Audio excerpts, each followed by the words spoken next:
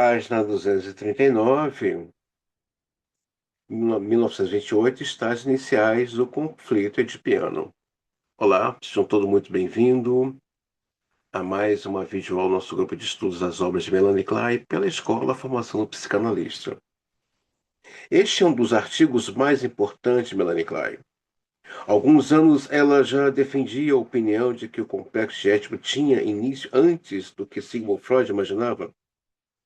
Em análise precoce, 1923, sugere que ele começa quando a criança está entre 2 e 3 anos.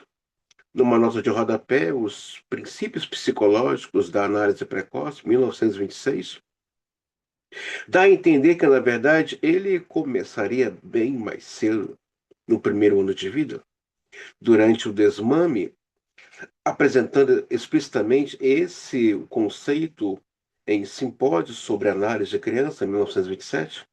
No entanto, as descobertas que fez a partir da análise de crianças pequenas vão além da simples datação desse complexo. Num período anterior desse artigo, relativamente curto, ela apresenta o equivalente de uma nova concepção do complexo de Édipo. Em seu conceito, o complexo de Édipo tem início no período do desmame, numa situação confusa instável de impulsos misturados. Apesar da emergência de sentimentos genitais, os impulsos sádicos orais e sádicos anais mantêm, mantêm sua predominância. No princípio, os impulsos genitais só passam a dominar a cena mais tarde, quando a criança atinge a situação edipiana clássica descrita por Freud. O complexo de Édipo positivo interage intimamente com o invertido, e tanto o mundo interior da criança quanto o exterior estão envolvidos nesse processo. Além disso, o fato de o complexo de Édipo começar tão cedo significa que isso ocorre quando o ego ainda não está muito desenvolvido.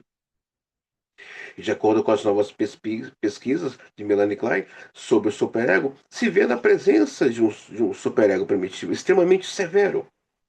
Esses dois fatos trazem consequências importantes. O bebê é exposto a uma avalanche de impulsos sádicos e sexuais contraditórios, aliados a uma forte curiosidade sexual, quando ainda não consegue compreender as coisas nem se expressar. Melanie Klein chama atenção para a dor, o ódio e ansiedade relacionados a essa situação, assim como para suas consequências no desenvolvimento sexual e epistemofílico.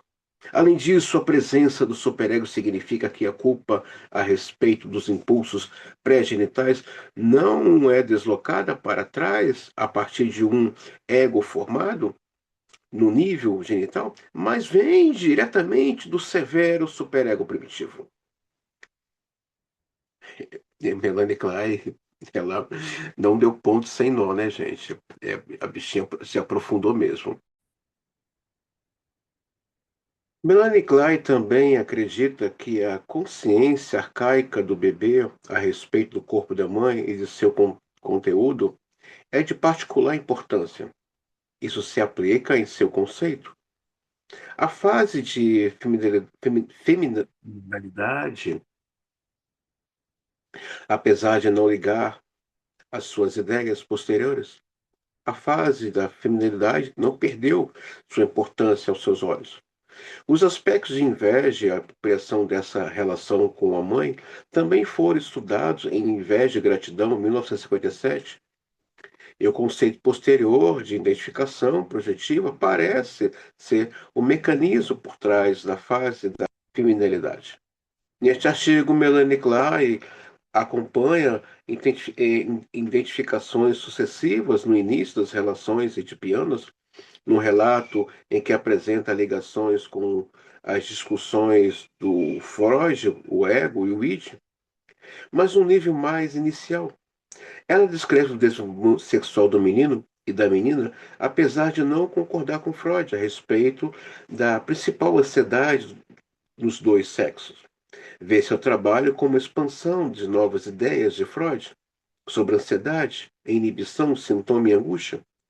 No ano seguinte, em situações de ansiedade infantil, refletidas em uma obra de arte e no Impulso Criativo, 1929. Ela dá exemplos das situações de ansiedade básica descrita neste artigo. Em seu conceito, a ansiedade mais profunda de ambos os sexos vem de uma imago formada a partir de ataques contra o corpo da mãe. A imagem de uma mãe ameaçadora que possui um pênis hostil, a figura dos pais combinados como ela viria a chamá-la mais tarde. Melanie Klein argumenta que a ansiedade de castração do menino deriva dessa ansiedade mais primária, que no caso da menina, o medo da perda de amor é secundária, ao medo de ver seu interior atacado por uma mãe hostil. Também faz uma descrição da ansiedade de castração e da inveja do pênis. Na menina diferente daquela oferecida por Freud, apesar de falar da fase fálica, num desejo manifesto de não criar divergências com Freud, não deixa de destacar a presença de uma consciência inicial da vagina. Essas são as novas descobertas de Melanie Klein a respeito do complexo de.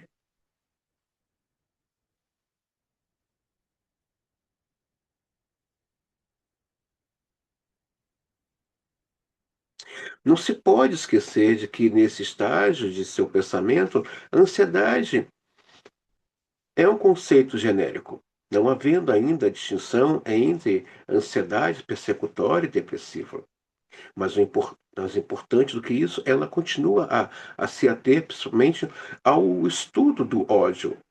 Melanie Klein muda o conceito a respeito de vários pontos em um complexo de ética à luz das ansiedades arcaicas, escrita em 1945, quando já tinha estabelecido a distinção entre os dois tipos de ansiedade e atribuindo ao impulso amoroso de seu devido lugar ao lado do ódio.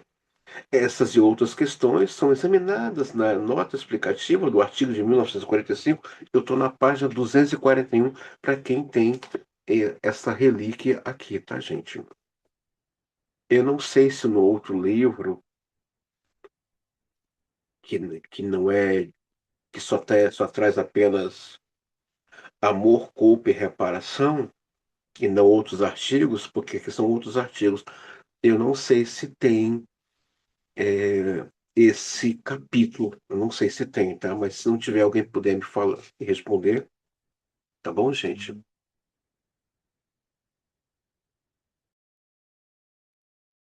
Durante minha experiência com análise de criança, principalmente aquelas de 3 anos e 6 anos, cheguei a diversas conclusões que apresentarei aqui de forma resumida.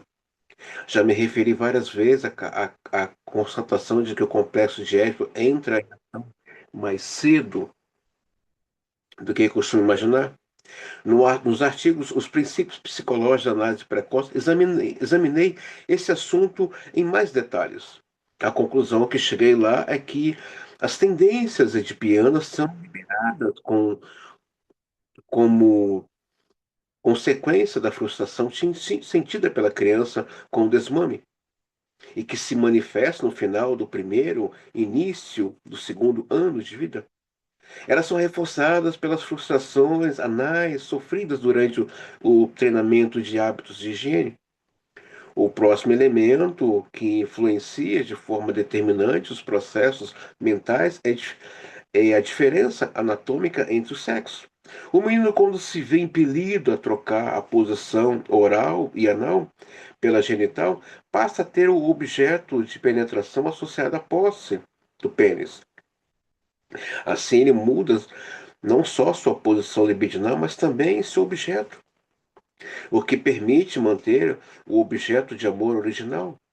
No caso da menina, porém, o objeto receptivo passa da posição oral para a genital, ela muda sua posição libidinal, mas mantém o mesmo objetivo que já levou à frustração em relação à mãe. Desse modo, a menina desenvolve a receptividade para o pênis e se volta para o pai como objeto de amor.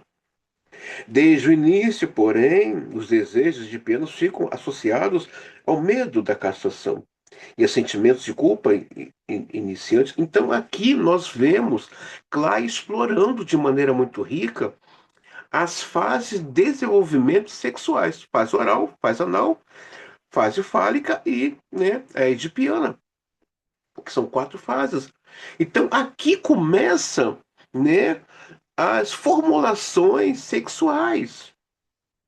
O menino, quando ele passa pelo desmame e que agora está vivendo a fase anal, né, ele muda ali, né, ele entende, né, inconscientemente a questão da posse, né, a questão quando ele está sendo limpo ali pela mãe na região anal, ele entende como uma questão de posse através da penetração.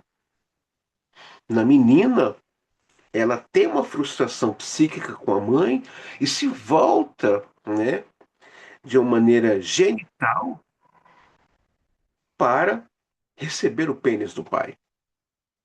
Então, aqui começam os desenvolvimentos sexuais e a partir do desmame, Melanie Klein vai nos falar aqui. É dentro desse contexto aqui da fase anal que começa o desenvolvimento sexual da criança, seja menino ou menina. A análise de adultos, assim como de crianças, já nos mostrou que os impulsos pulsionais pré-genitais carregam consigo um sentimento de culpa.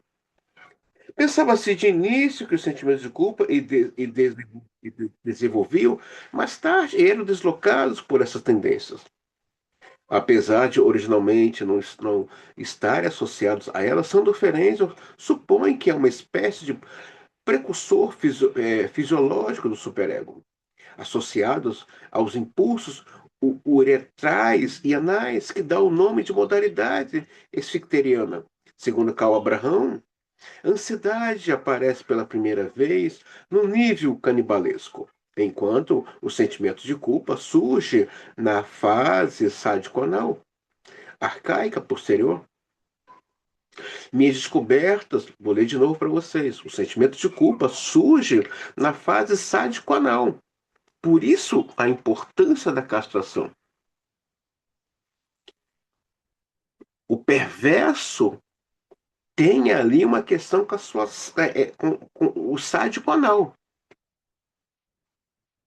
O perverso tem uma. Essa aula explica a outra aula em tendências criminosas em crianças normais. Vocês conseguem perceber que cada aula, cada capítulo, cada tema explica um tema anterior, estão interligados assim à obra do Freud, assim à obra do Lacan e por aí vai, né? É, a minha proposta, e vou realizar esse desejo, é criar uma plataforma para a escola em que os alunos venham ter no futuro acesso a todo tipo de conhecimento acerca da psicanálise, desde a história da psicanálise à vida pessoal de cada teórico, desde o Freud até os pensadores mais contemporâneos, desculpa, como é, Elizabeth Rodinесco, e outros teóricos, como o próprio David Zimmerman, que é o meu teórico de base na clínica contemporânea, né?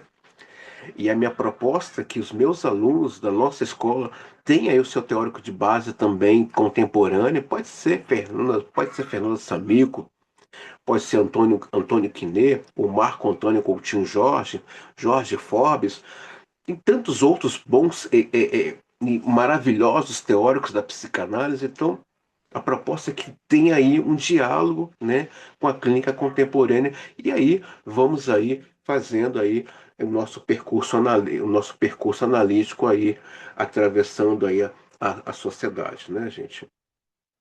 Minha descoberta, né? Minhas descobertas vão ainda mais longe. Elas mostram que o sentimento de culpa associado à fixação pré-genital já é efeito direto do conflito edipiano. Isso parece implicar de forma satisfatória a origem desse sentimento, pois sabemos que o sentimento de culpa, na verdade, é o resultado da introjeção completa ou de acrescentaria ainda em andamento dos objetos de amor e de piano, isto é, o sentimento de culpa, é produto da formação do superego. Então, explicando mais uma vez aqui em tendências criminosas, né? A criança já tem um sentimento de culpa, né? E se não houver aí a castração, ela sofre mais e mais sentimento de culpa por conta desse superego primitivo e tirânico na vida dela. Então é importante entendermos como funciona essa mecânica psíquica na vida da criança. Mais uma vez, eu venho enfatizar a importância da castração no desenvolvimento psíquico da criança, edipiano, ego e superego, né? E aí nós vemos que o perverso está ali amarrado, fixado nessa fase anal sádica, onde tem aquelas relações de violência, agressividade, de tirar proveito é, é, da fraqueza do outro, né? A perda dessa consciência, né? O prazer de ver esse outro sofrer, tudo isso está ligado a uma fase sádico-anal. Tá bom, gente? Qualquer dúvida, não me deixe perguntar. É importantíssimo, né?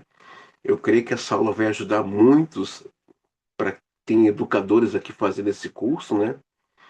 Tem psicólogos também. Acredito que vai dar um norte na compreensão aí de alguns perversos que nos rodeiam, né? A análise de criança pequena revela que a estrutura do superego é montada a partir de identificações que datam de períodos e estratos muito diferentes da vida mental. Essas identificações têm caráter surpreendentemente contraditório. Uma bondade excessiva pode conviver lado a lado com uma severidade desmentida. De novo, vou ler para vocês, tá, gente? Isso é muito sério. Uma bondade excessiva pode conviver lado a lado com uma severidade desmentida.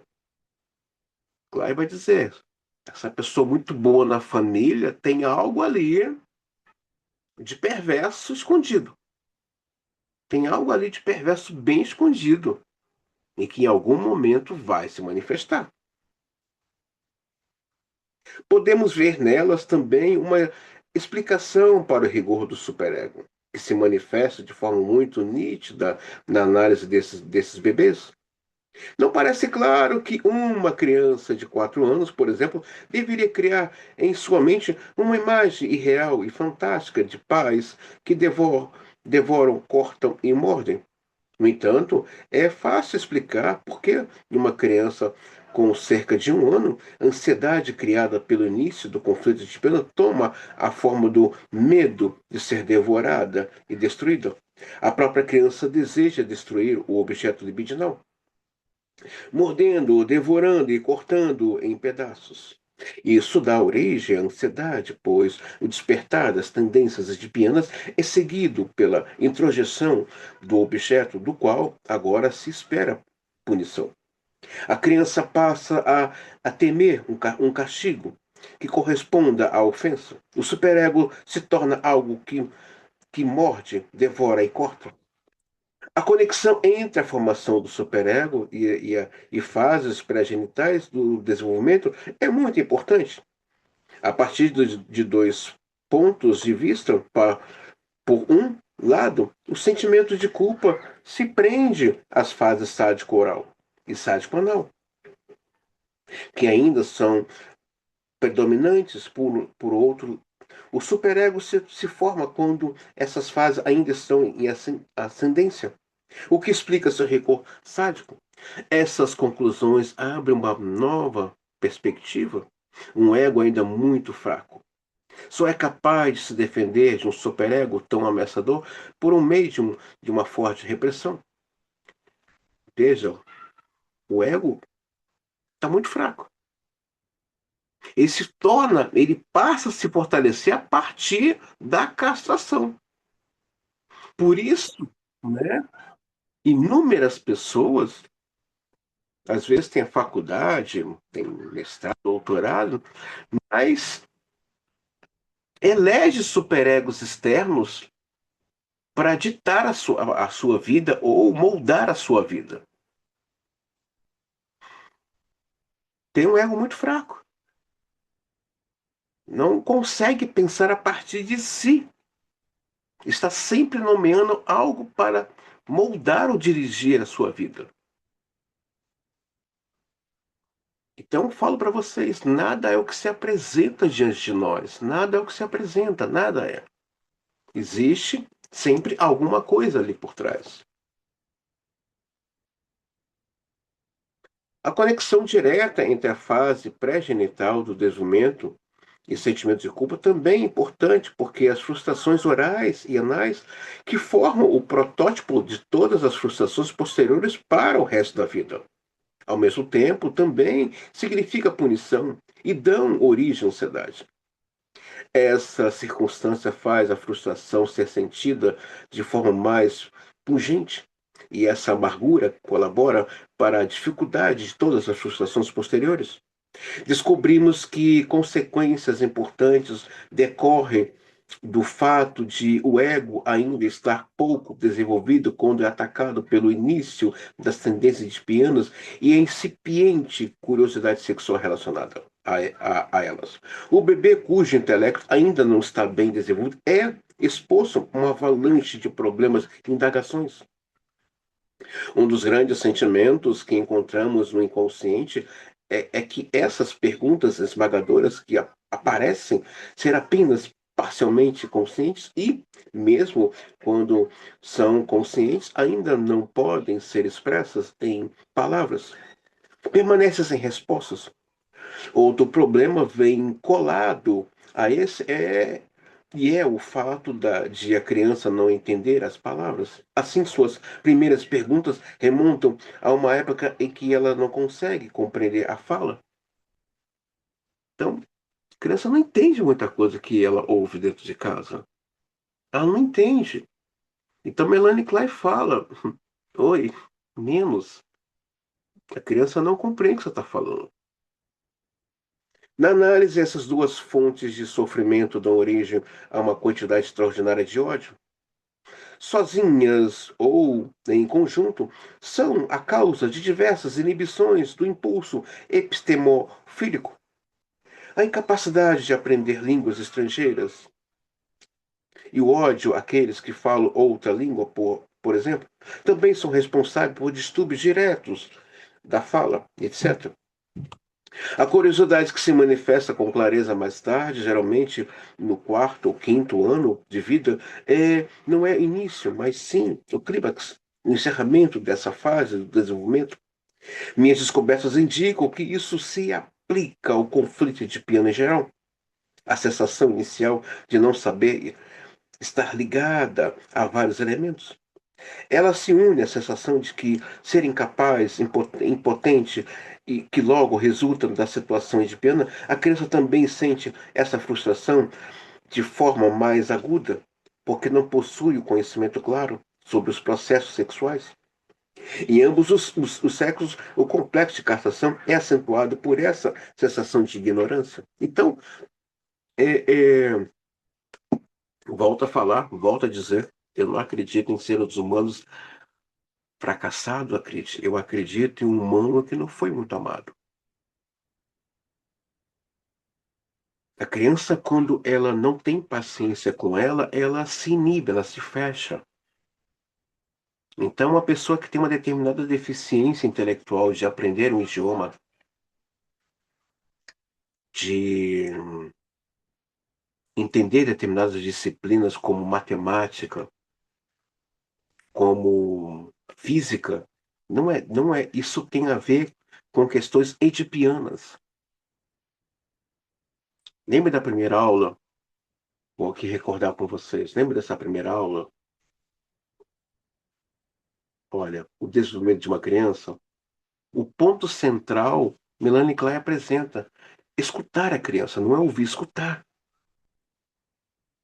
Então, esse adulto que tem algumas inibições com relação a aprender um idioma, entender o que é física ou química, ele não é burro,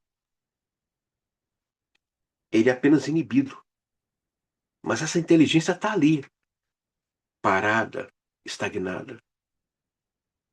Mas uma vez que essa libido é investida em aprender um idioma, entender de física, matemática ou química, ele pode se descobrir que ele tem paixão por aquela ciência. Então, eu não acredito em gente burra. Eu acredito em pessoas que, no seu desenvolvimento de piano, não houve paciência com elas. Daí, esse se inibir. Esse se inibir. Então, ah, tem pessoas privilegiadas? Tem. Mas tem pessoas que não foram afortunadas no seu desenvolvimento de piano. Não foram. Faltou-lhes amor, afeto, escuta. Isso é importante para o desenvolvimento de uma criança. Página 244. A conexão inicial entre o impulso epistemofílico e sadismo é muito importante para o desenvolvimento mental. Essa pulsão ativada pelo surgimento de tendências edipianas volta-se de início principalmente para o corpo da mãe. Vê isso como o palco de todos os processos e desenvolvimentos sexuais. Nesse ponto, a criança ainda está dominada pela posição libidinal sádico-anal, que a impede ao desejo de se apropriar do conteúdo do corpo. Ela então passa a sentir fortes curiosidades sobre o conteúdo desse corpo, sua aparência, etc. Assim, a pulsão epistemofílica e o desejo de posse do objeto estão intimamente ligados desde muito cedo. E, ao mesmo tempo, associa-se ao sentimento de culpa criado pelo conflito edipiano incipiente. Essa conexão é importantíssima dá início a uma fase de desenvolvimento que é essencial em ambos os sexos, mas que até agora não foi muito reconhecida. Trata-se de uma identificação muito inicial com a mãe.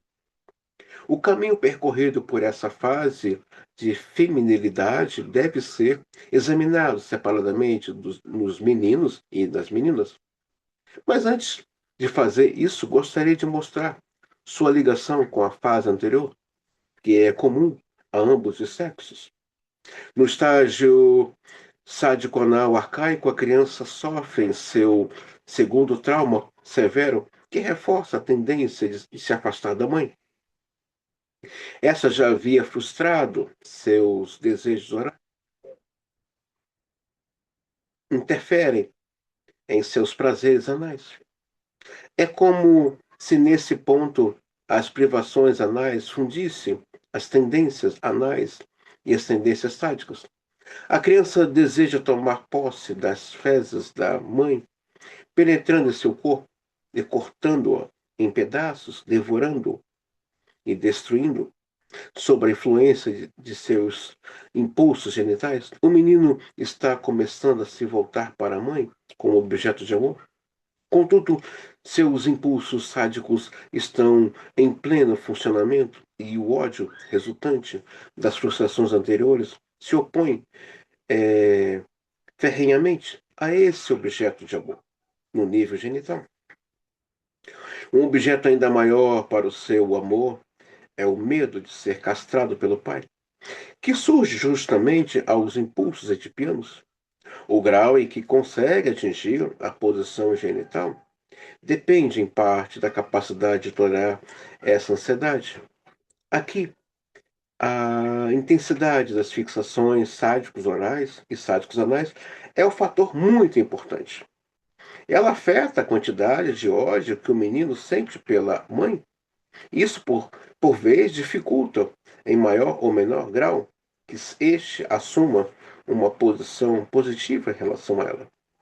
As fixações sádicas também exercem forte influência sobre a estruturação do superego, que esta é em processo de formação quando essas fases ainda estão em ascendência. Quanto mais cruel for o superego, mais aterrorizante será a figura do pai castrador e maior será a força com que a criança, tentando fugir dos seus impulsos genitais, se prenderá aos níveis sádicos a partir dos quais as tendências de pianos inicialmente tomam o seu aspecto. Nesses estágios iniciais, todas as posições do desenvolvimento de piano são investidas numa rápida sucessão. Isso, porém, passa despercebido, pois o quadro ainda é dominado pelos impulsos pré-genitais. Além disso, não é possível estabelecer uma distinção clara entre a atitude heterossexual ativa, que se expressa no nível anal, de identificação com a mãe. Agora chegamos àquela fase do desenvolvimento a quem me referi antes de o nome fase de feminilidade. Ela está calcada no nível sádico-anal, ao qual impressa um novo conteúdo, pois as fezes passam a ser igualadas ao bebê que a criança espera ter. O desejo de roubar a mãe agora se aplica ao bebê.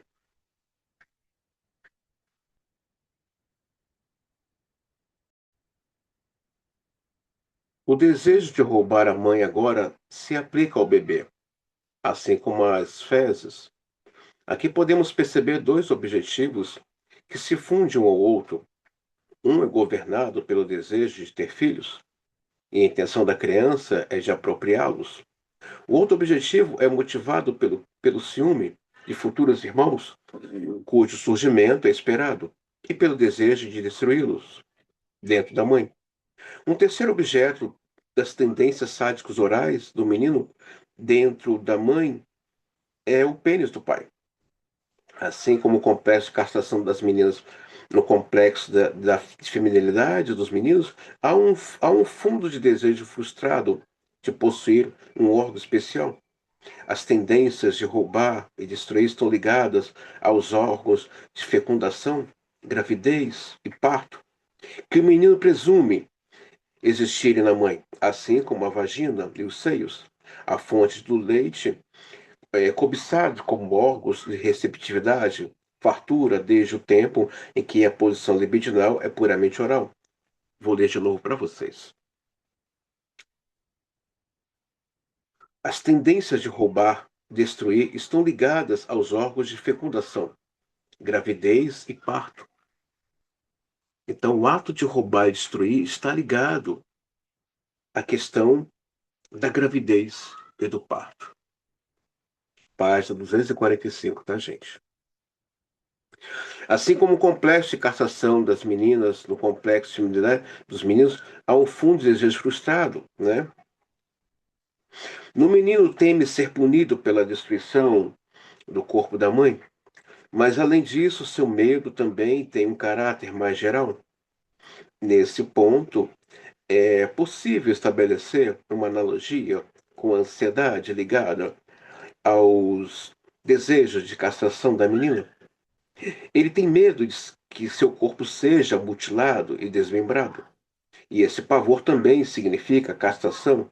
Aqui temos uma contribuição direta para o complexo de castração.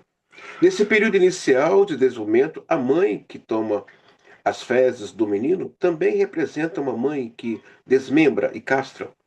Não é apenas por meio das frustrações anais impostas à criança que a mãe abre caminho para complexo de castração em termos de realidade psíquica, ela já é o castrador. A mãe castra mesmo, tá? A mãe castra. Esse medo da mãe é esmagador, pois, combinado a ele, vem o pavor de ser castrado pelo pai. As tendências destrutivas cujo objeto é o útero também são dirigidas, com toda a sua intensidade sádico-oral e sádico-anal, contra o pênis do pai, que estaria localizado lá. E nesse pênis que o medo de ser castrado pelo pai se concentra durante essa fase, assim a fase de feminilidade se caracteriza pela ansiedade relacionada ao útero e ao pênis do pai.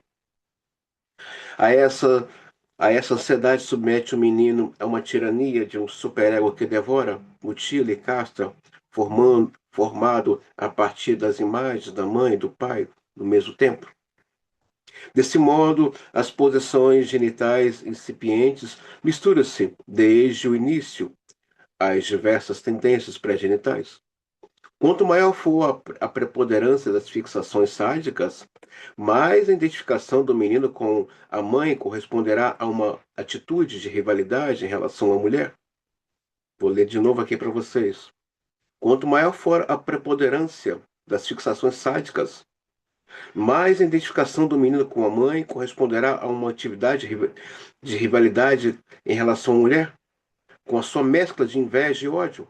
Pois, devido à vontade de ter um filho, ele se sente em desvantagem e numa posição inferior à mãe. Então, aqui, na página 246, vocês já entendem o ódio dos homens para com as mulheres. É uma questão edipiana. É uma rivalidade com essa mulher. Há um ódio, porque essa mulher pode produzir e gerar um filho, esse homem não pode. Mas é uma questão edipiana. Então, desse ponto aqui, liga aquela aula que a gente viu, né? Tendências criminosas, e Klein vai explicar essa questão do ódio para com a mulher, né? Klein vai dizer, isso aqui é uma inveja oriunda à figura da mãe. Ele está numa rivalidade com o sexo feminino. Então, não tem nada de novo aqui hoje. É essa importância que eu venho falando sempre para os meus alunos, meus colegas, a importância de lermos, quando eu falo um clássico, é daquele pensador, seja Platão, Aristóteles, Karl Marx, Carl Rogers. Esses pensadores não estão ultrapassados, mas deixou para nós legados intelectuais profundos e ricos. Então, esse mês completou 22 anos que eu estou nesse percurso, não sei nada, nada mesmo. Eu tenho muita coisa para aprender de Freud, de Anna Freud, Melanie Klein, Winnicott, Sandro Ferenczi, Bill, Lacan, Jung, Karl Abraham, Eric Fromm, e por aí vai. Eu tenho muito que aprender. Não sei e não tenho pressa de aprender, porque é um percurso, é uma jornada, é uma imersão. Então, de novo, vou ler para vocês aqui, de novo, página 246, né? Quanto maior for a preponderância das fixações sádicas, mais a identificação do menino com a mãe corresponderá a uma atitude de rivalidade em relação à mulher, com sua mescla de inveja e ódio, pois devido à vontade de ter um filho, ele se sente desvantagem e numa posição inferior à mãe. Então, essa violência com a figura da mulher, esse ódio em destruí-la, tem uma questão de inveja ali, arcaica, reprimida. Tem uma questão de inveja ali. Então, a partir de hoje, por que está acontecendo tanta violência com as mulheres? Esse homem se sente inferior a ela. Ele se sente psicamente, inconscientemente, porque ele está numa rivalidade com a mulher. Ele não é o companheiro dela, ele é o rival dela. É aquele cara que implica, se ela tiver uma situação financeira boa, né? Que ela pague a conta, né? Vem com esses papos de direitos iguais, que ela pague a conta do jantar. que ela pague o passeio, que ela pague a viagem, que ela sustente a casa. Então, a partir de hoje, vocês, principalmente mulheres que fazem essa formação aqui, já terão uma outra concepção. Quem é esse homem que psicamente ainda é um menino? Ainda é um menino. Ele tem inveja da mulher, porque ela pode gerar um filho e ele não. Ele se sente inferior a essa mulher, mas na verdade ele se sente inferior à mãe. Então ele projeta essa sua inferioridade, esse ódio, essa inveja para a figura da mulher. Ao invés de ele ser um companheiro, ele é um rival, né? Ela tem a independência financeira. Se ela tiver estudo, é aí que é motivo mais ódio ainda. Então, vemos aqui nesse trecho, na página 246, para quem tiver esse livro, né? Nós temos aqui já a resposta do que está acontecendo nos nossos dias atuais, né? Nós temos aqui a resposta, página 246, tá, gente? Muito boa. E na página 245, né? Nós temos aqui o desejo de roubar a mãe agora se implica, né? Tá aqui, ó. A gente viu aqui essa questão do roubo, né? As tendências de roubar e destruir estão ligadas aos órgãos de fecundação, gravidez e parto. Página 245. E aqui a gente vê essa rivalidade, né? Ele não é o companheiro dela, ele é o rival dela, né? A fusão do desejo de ter um filho com um impulso epistemofílico permite ao menino executar um deslocamento para o plano intelectual. A sensação de estar em desvantagem, então, é ocultada e supercompensada pela superioridade que deduz o fato do fato de possuir um pênis. Superioridade que também é reconhecida pelas meninas. Esse exagero da posição masculina provoca afirmações exageradas de masculinidade. No artigo sobre a raiz da ânsia de saber, Mary também atribui o valor excessivo que o homem confere narcisicamente ao pênis, assim como a sua atitude de rivalidade intelectual em relação às mulheres, a frustração do desejo de ter um filho e o deslocamento desse desejo para um plano intelectual. Então, isso aqui é 1927. Não, estamos em 1928, eu acho. Isso, 1928. Clark já estava falando isso lá atrás, em 1928. Lá atrás. E hoje? Quem é esse? Né? Que quer provar para a mulher que ele é o cara, que ele tem tanto estudo? Não, você está em rivalidade. Está em estado de rivalidade. Infelizmente.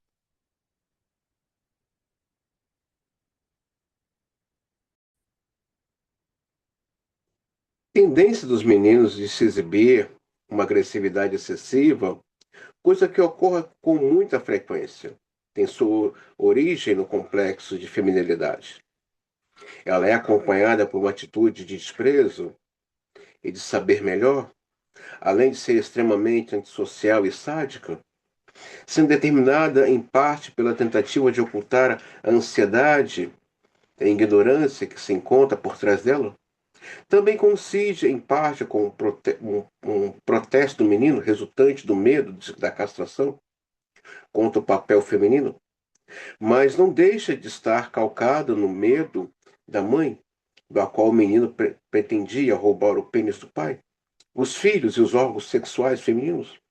Essa agressividade excessiva se une ao prazer de atacar decorrente a situações de piana direta, genital, mas representa parte dessa situação que é de longe o fator mais antissocial na formação do caráter. Por isso que a rivalidade do homem com as mulheres pode ser bem mais antissocial do que a sua rivalidade com outros homens, que é provocada em grande parte pela posição genital. A quantidade de fixações sádicas, é claro, também vai determinar a relação do homem com outros homens. quando eles são rivais?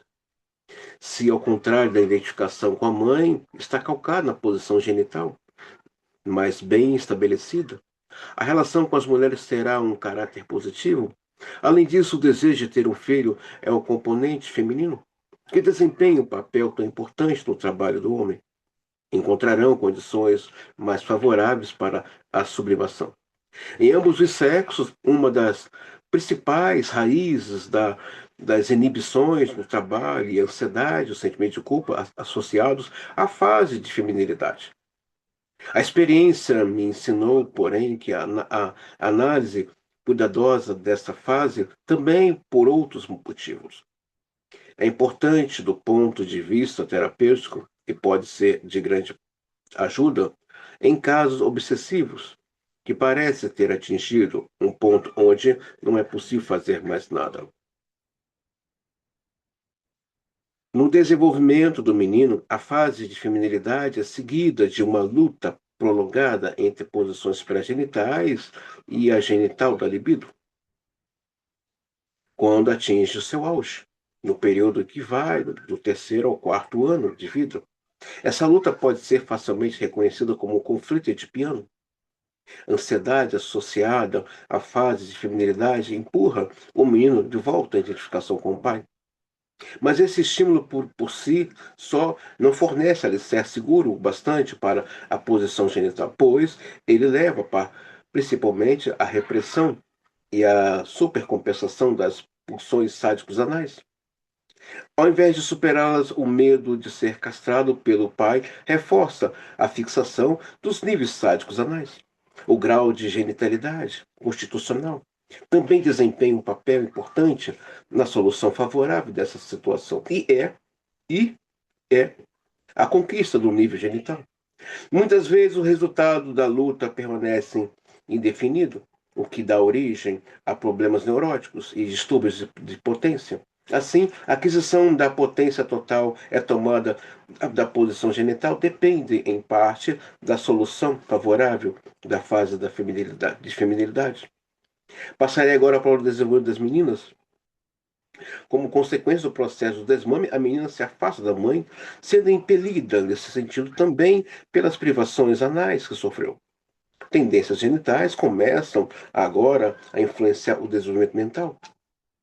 Concordo plenamente que Ellen, quando afirma que o desenvolvimento genital da mulher se completa com o deslocamento da libido oral para a zona genital, os resultados de minhas observações mostram, porém, que esse deslocamento se inicia com as primeiras manifestações dos impulsos genitais e que o objetivo oral e receptivo dos órgãos genitais exerce uma influência determinante sobre a escolha do pai como objeto de amor pela menina. Também fui levada a concluir que uma noção inconsciente da vagina, assim como as sensações nesses órgãos e o resto do aparelho genital, é despertada logo que surgem os impulsos de pianos. No caso das meninas, porém, o onanismo não oferece uma saída tão adequada para essas quantidades de excitação. Como acontece com os meninos, assim, a falta de gratificação acumulada fornece mais um motivo para novas complicações e distúrbios no desenvolvimento sexual feminino.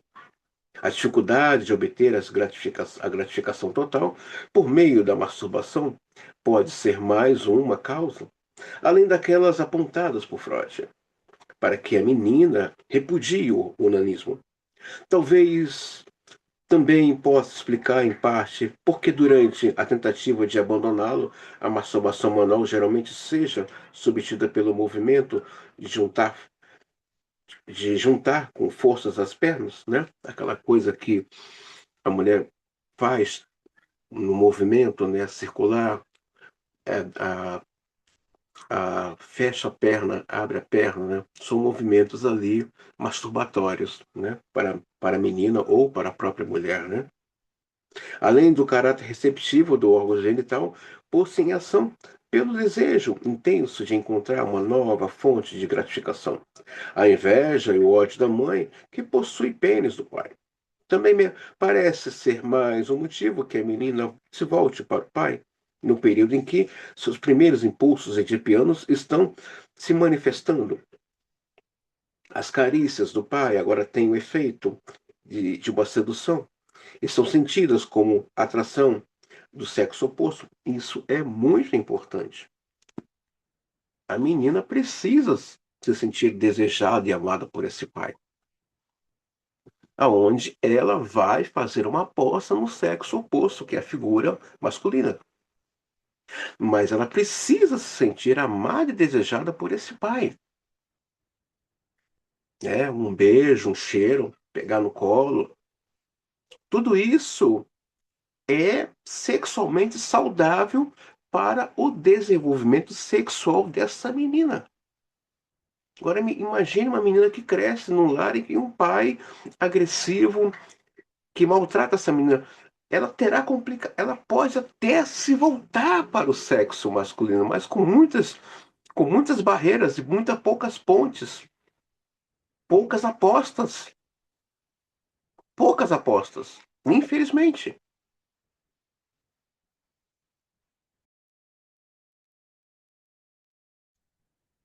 No caso da menina, a identificação com a mãe é resultado direto dos impulsos edipianos.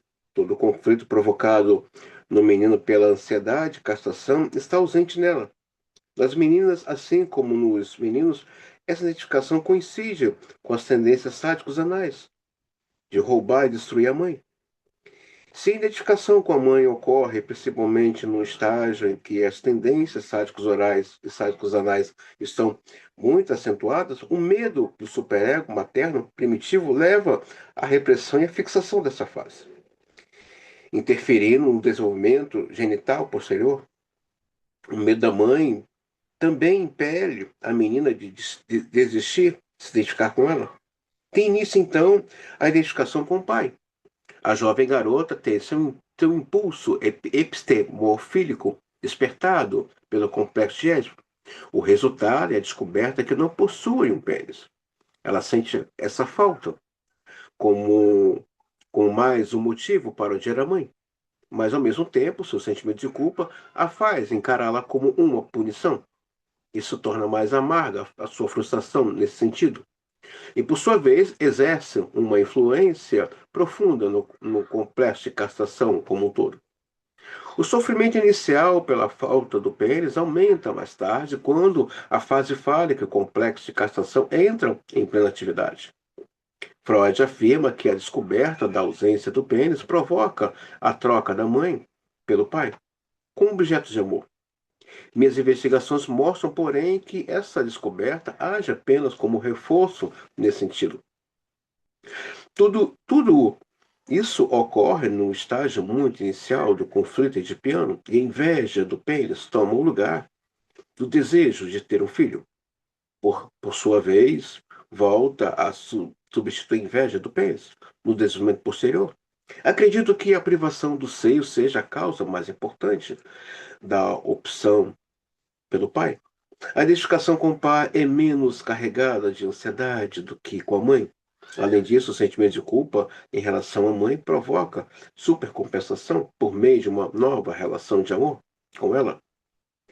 Em oposição a essa nova relação de amor, há ainda o complexo de castração que torna difícil uma atitude masculina e o ódio contra a mãe, resultante das posições anteriores. O ódio e a rivalidade com a mãe, contudo, fazem, mais uma vez, uma identificação com o pai. Ser abandonada e ele voltar a ser objeto para amar e a qual ela deseja ser amada. A relação da menina com a mãe leva a relação com o pai uma direção positiva e outra negativa. Frustração que sofre nas mãos destes tem suas raízes mais profundas na decepção já sofrida em relação à mãe. Um forte motivo para o desejo de possuí-lo e o ódio e a inveja da mãe. Se as fixações sádicas permanecem preponderantes, esse ódio e sua supercompensação também afetarão profundamente a relação da mulher com os homens. No entanto, há uma relação mais positiva com a mãe, calcada na posição genital. A mulher não só estará menos presa a um sentimento de culpa na relação com os filhos, mas seu amor pelo marido será altamente reforçado, pois este sempre representa o filho adorado. E, ao mesmo tempo, a mãe que dá tudo aquilo que é desejado. A parte da relação que diz respeito exclusivamente ao pai está montada sobre esse alicerce tão importante. De início, ela se concentra na ação do pênis durante a relação sexual. Essa ação que também promete a gratificação dos desejos, agora deslocados para os órgãos genitais. Parece a menina uma proeza insuperável. Sua admiração é abalada pela frustração do complexo de Édipo, mas caso não acabe se convertendo em ódio, torna-se uma das características fundamentais da relação da mulher com o homem. Mais tarde, quando a satisfação total dos impulsos amorosos é obtida, a essa admiração se soma uma enorme gratidão pelo fim da privação acumulada. Essa gratidão se expressa por meio de grande capacidade feminina de se entregar de forma total e duradoura ao mesmo objeto de amor, principalmente no caso do primeiro amor. Um elemento que prejudica bastante o desenvolvimento da menina é o seguinte: enquanto o menino de fato possui o pênis, a partir do qual entra numa rivalidade com o pai, a menina tem apenas o desejo insaciado de ser mãe, a respeito do qual, aliás, tem apenas uma noção vaga e incerta, ainda que muito intensa. Não é apenas essa incerteza que perturba sua esperança de um dia ser mãe. Ela é muito mais enfraquecida pela ansiedade, pelo sentimento de culpa, que pode danificar seriamente, permanentemente, a capacidade materna da mulher, por causa das tendências destrutivas que dirigiu contra o corpo da mãe, ou alguns de seus órgãos. E as crianças dentro do útero, a menina espera ser castigada com a destruição de sua própria capacidade de ter filhos, dos órgãos ligados a essa função, ou dos seus próprios bebês. Aqui também podemos encontrar uma explicação para a constante preocupação das mulheres, muitas vezes excessiva, com a própria beleza, pois temem e que essa também seja destruída pela mãe. Por trás do impulso de embelezar, sempre há tentativa de restaurar a graça destruída, noção originária da ansiedade, sentimento de culpa. Então, vocês aqui entendem, né? E como é delicado essa questão do complexo de Édipo na vida da menina. E na vida do menino também, como é delicado. Então, essa busca excessiva pela beleza, né? É uma questão edipiana aí com a imagem da mãe, né? Tem a ver com a mãe. Acabamos de ler aqui. Tem a ver com a figura da mãe, né? Aqui, olha. Por trás do impulso de embelezar, sempre há uma tentativa de restaurar a graça destruída. Noção originária da ansiedade, do sentimento de culpa. É provável que esse medo profundo de destruição dos órgãos internos seja a causa psíquica da maior sustentabilidade das mulheres em comparação com os homens. A histeria de conversão e as doenças orgânicas. Então, essa coisa de eu estou envelhecendo, esse medo de envelhecer é puramente de piano. Restaurar essa imagem da menina, da, da jovialidade, é puramente de piano. Não tem nada aqui de anormal. Mas fala de uma castração que está aí, né? Então, essa preocupação de envelhecer, Melânica já dá resposta. Isso aqui é de piano. É puramente de piano. Como é gostoso estudarmos os textos clássicos, né? Como é gostoso. Essa ansiedade e sentimento de culpa são é, principal causa da repressão dos sentimentos de orgulho e alegria no papel feminino, que originalmente são muito fortes. Essa repressão resulta da depreciação da capacidade de ser mãe, de início tão valorizada. Assim, a menina não possui o mesmo apoio que o menino encontra na posse do pênis, e que ela também poderia descobrir na expectativa da maternidade. Pode-se demonstrar que grande ansiedade da menina a respeito de sua feminilidade e análoga ao medo da castração no menino, pois ela, sem dúvida, colabora para refrear os impulsos de pianos. No entanto, a ansiedade de castração em torno do pênis, que existe de forma visível no menino, segue um curso diferente. E ela pode ser considerada mais aguda do que a ansiedade mais, mais crônica na menina a respeito de seus órgãos internos, com os quais necessariamente tem menos familiaridade. Além disso, o fato de ansiedade no menino ser determinada pelo superego paterno e da menina pelo materno não pode deixar de trazer certas diferenças.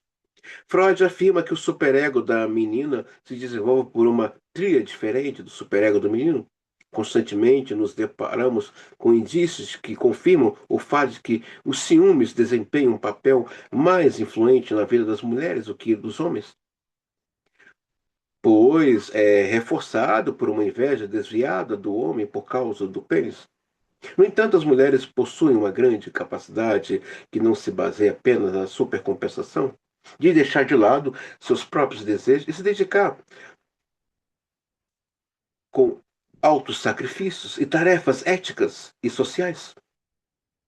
Não podemos atribuir essa capacidade à mistura de traços mais masculinos e femininos, que devido à estruturação bissexual do ser humano. Influencia a formação do caráter em certos casos, pois essa capacidade é de natureza claramente materna. Creio que para explicar como a mulher vai desde o ciúme mais mesquinho até a bondade amorosa, mas abnegada, temos que levar em consideração as condições peculiares que formam o superego feminino. A partir da identificação inicial com a mãe, que ocorre sob forte preponderância do nível sádico anal, a menina desenvolve um ódio, um ciúme, criando um superego cruel, calcado na imago materna. O superego se forma no mesmo estágio a partir da identificação com o pai, que pode ser ameaçador. E eu estou lendo a página 251, tá, gente? É muito importante isso aqui que eu estou lendo, tá? A mulher ela pode abrir mão, né? Ela pode deixar de lado seus desejos e se dedicar com alto sacrifício, tarefas de éticas, né? E sociais, ou seja, quando falamos esses sacrifícios, ela se dedicar a obras sociais, escola, é, trabalho é, de alimentação para com os mais necessitados, isso faz parte da natureza psíquica da mulher, dentro do seu superego, tá, gente? Faz parte da natureza psíquica dela. O superego que se forma no mesmo estágio a partir da identificação com o pai.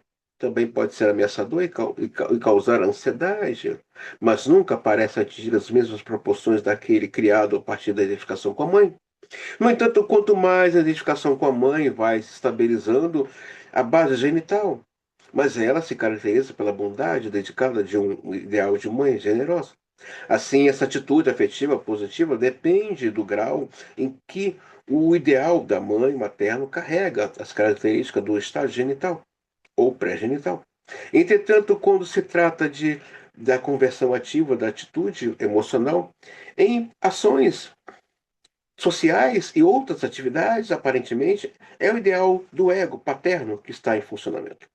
A profunda admiração que a jovem garota sente pela atividade genital do pai leva à formação do superego paterno, que lhe impõe metas ativas que ela jamais atingirá plenamente, se devido de certos fatores de desenvolvimento. O incentivo para atingir essas metas, se for forte, o bastante, sua própria impossibilidade pode ser ímpeto extraordinário aos esforços da menina que, somado à capacidade de autossacrifício, derivado do superego materno, dá à mulher, casos individuais, a capacidade de realizações excepcionais no plano intuitivo, em certos campos específicos. O menino também deriva uma fase feminina, um superego materno, que o impele, assim como a menina, a criar identificações cruéis, primitivas e, ao mesmo tempo, bondosas. Contudo, depois de passar por essa fase, ele retorna em diferentes graus, é verdade, à identificação com o pai. Por mais que o lado materno se faça sentir na formação do superego, ainda é o superego paterno que, desde o início, exerce influência desses sobre o menino. Cadê?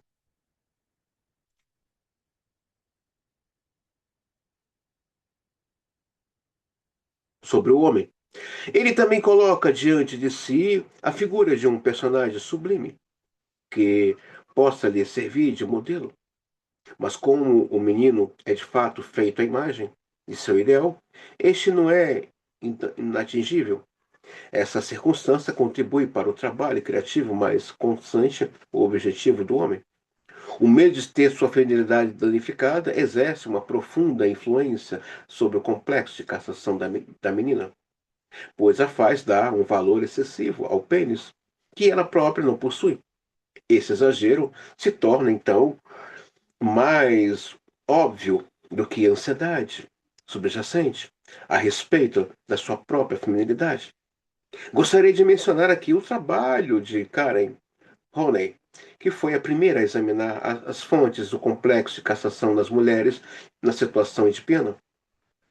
Quanto a isso, é preciso mencionar a importância de certas experiências iniciais da infância para o desenvolvimento sexual.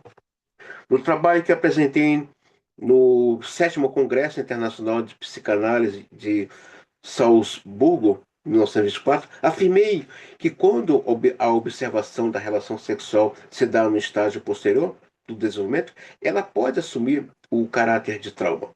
No entanto, quando essa experiência ocorre numa idade precoce, ela pode se fixar e se tornar parte do desenvolvimento sexual, devido a acrescentar uma fixação desse tipo.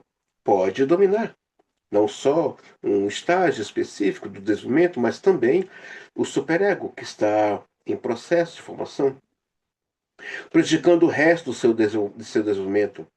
Se o superego atinge seu zene de estágio genital, as identificações sádicas que participam de sua estrutura se tornam menos proeminentes, o que ajuda a assegurar a saúde mental, o desenvolvimento de uma personalidade de alto nível ético.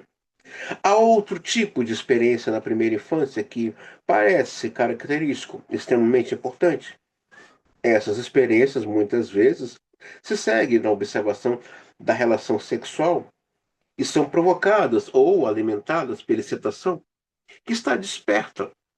Refiro-me às relações sexuais de crianças pequenas entre si, entre irmãos, irmãs ou amigos, que consiste nos atos mais diversos, olhar, tocar, defecar juntos, é, felação,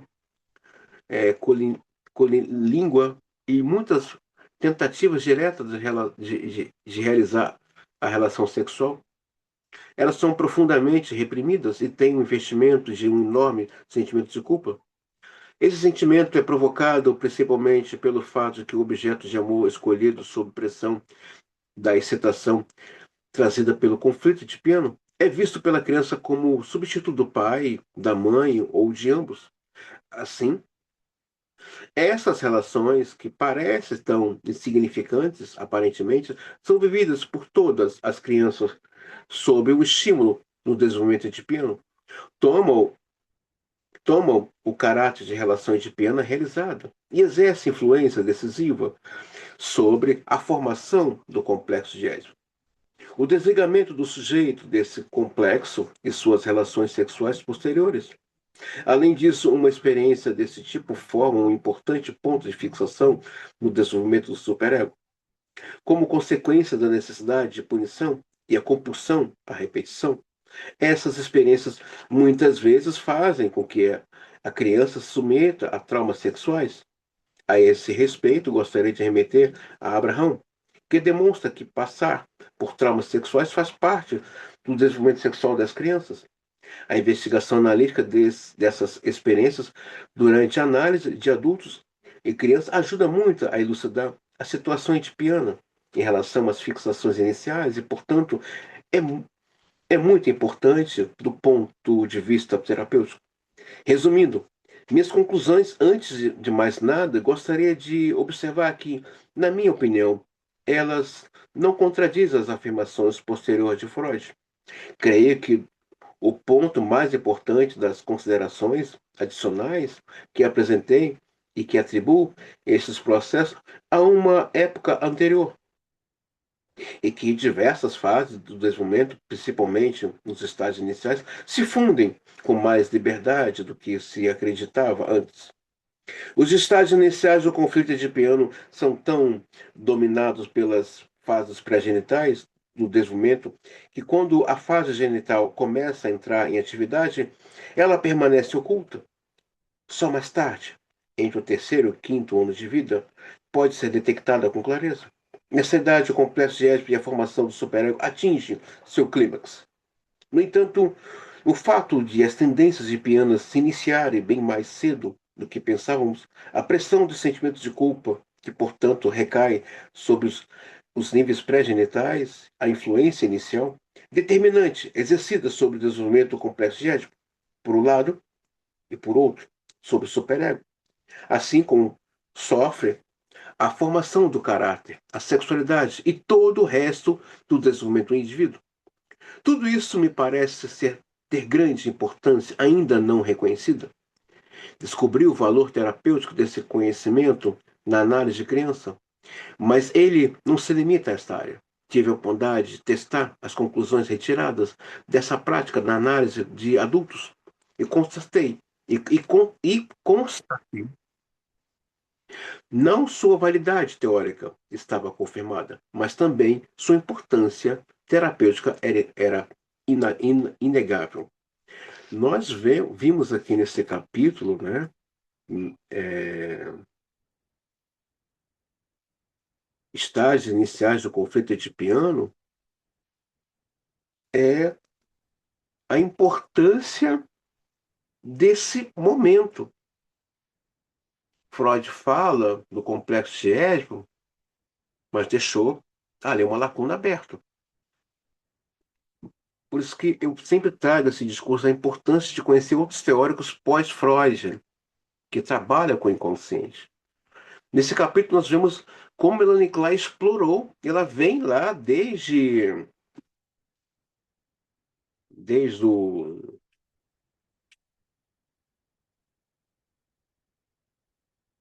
desde a, do simpósio, ela vem pontuando a importância desse analista, simpósio sobre análise de crianças, ela vem aí pontuando a importância desse que vai trabalhar com crianças, não só com crianças, mas também com adulto, de conhecer profundamente o complexo de Édipo, a história de Édipo, a emancipação de Édipo.